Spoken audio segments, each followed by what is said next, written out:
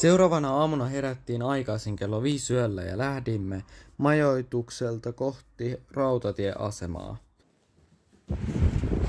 Aamulla kaupunki oli vielä hiljaista.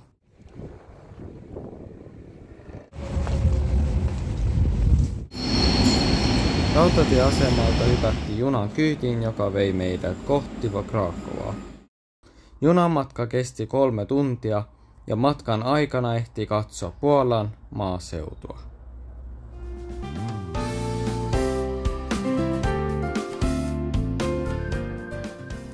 Myöhemmin kello 9 lähestyimme Krakowan kaupunkia ja saavuimme perille rautatieasemaan.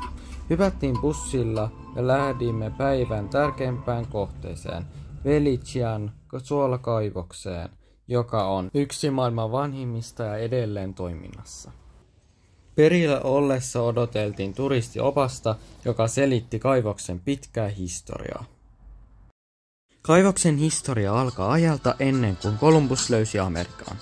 Kaivoksen työskentely on ollut raskasta ja vaativaa, mutta suolan ansiosta työskentelijät ovat pysyneet terveinä. Suola on kaivettu näistäkin syvistä lammista. Ja paikassa pidetään myös tapahtumia.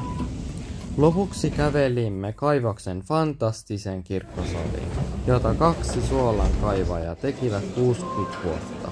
Salista löytyi hienoja patsaita ja suolasta tehtyjä kristallilamppuja. Suolakaivoksen pitkä historia oli hieno ja uskomaton. Nyt matka jatkuu Krakovassa seuraavaan kohteeseen. Seuraavassa jaksossa vierailemme maailman tunnetuimmassa juutalaisten vankileirissä Auschwitzissa. Nyt näkemiin!